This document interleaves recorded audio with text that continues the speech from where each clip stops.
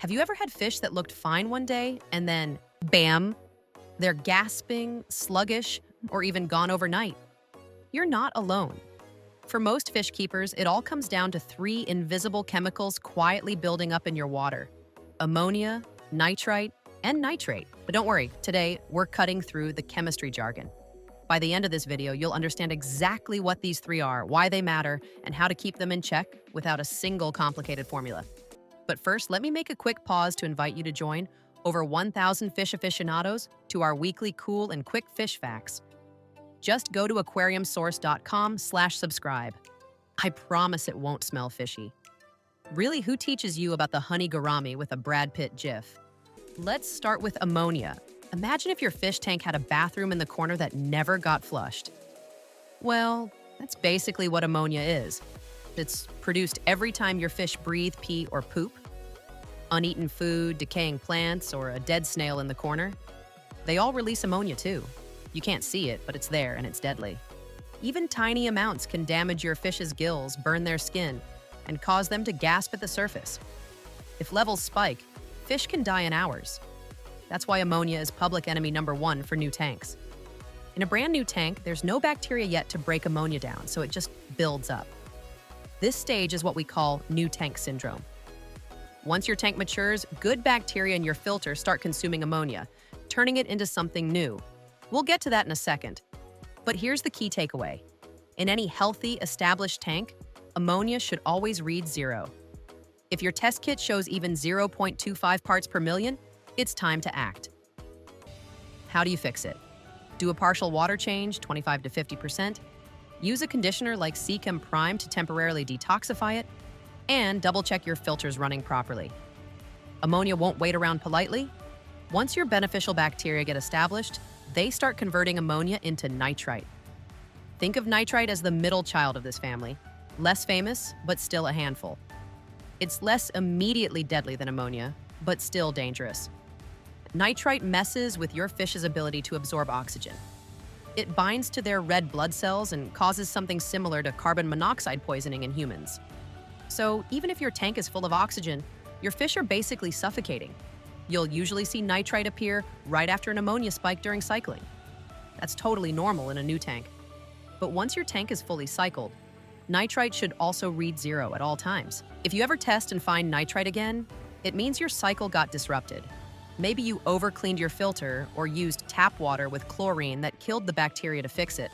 The remedy's similar to ammonia: water changes, conditioners that bind nitrite in emergencies, and patience while your bacteria rebuild their numbers. The key is to never let nitrite linger. It's a silent killer that sneaks up fast.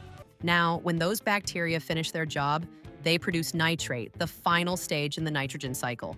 If ammonia and nitrite are like grenades, nitrate is more like a slow leak. It doesn't kill quickly, but over time, high nitrate levels can stress fish, stunt growth, weaken immune systems, and fuel algae explosions. Here's the difference. Ammonia and nitrite appear fast, but nitrate builds up gradually. That's why experienced fish keepers often say nitrates tell the story of your maintenance routine. A good rule of thumb? Keep nitrates under about 40 parts per million. Ideally, somewhere around 5 to 20 parts per million is perfect.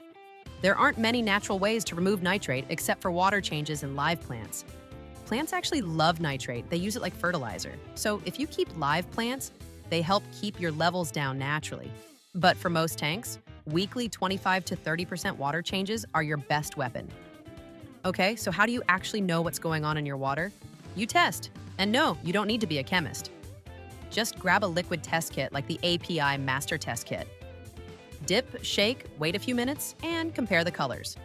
In a healthy tank, you should see ammonia 0, nitrite 0, nitrate between 5 and 20 parts per million.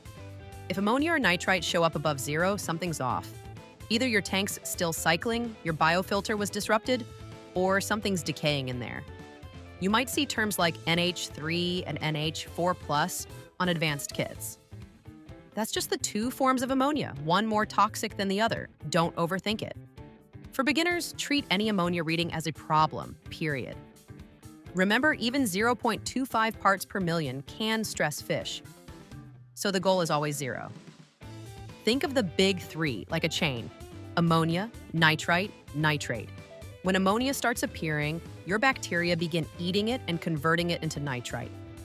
Then another type of bacteria takes over and turns nitrite into nitrate. That's your biological filter at work. Once the system's balanced, ammonia and nitrite should stay at zero while nitrate slowly climbs. That's how you know your cycle's healthy and working as intended. If you ever test and get ammonia and nitrate but no nitrite, don't panic. It might just be a testing timing issue, or your nitrite-eating bacteria are working overtime.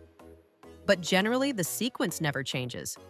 Ammonia first, nitrite next, nitrate last. Let's make this super practical.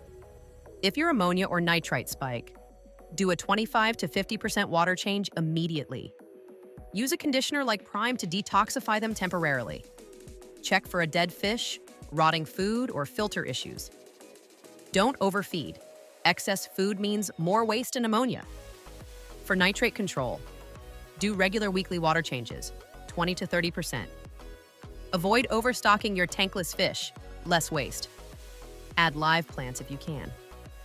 Rinse filter media gently in tank water, not tap water, to preserve bacteria. Following these steps keeps your water chemistry stable and your fish healthy long-term. So here's the big picture. Everything your fish do, eat, poop, breathe, creates waste.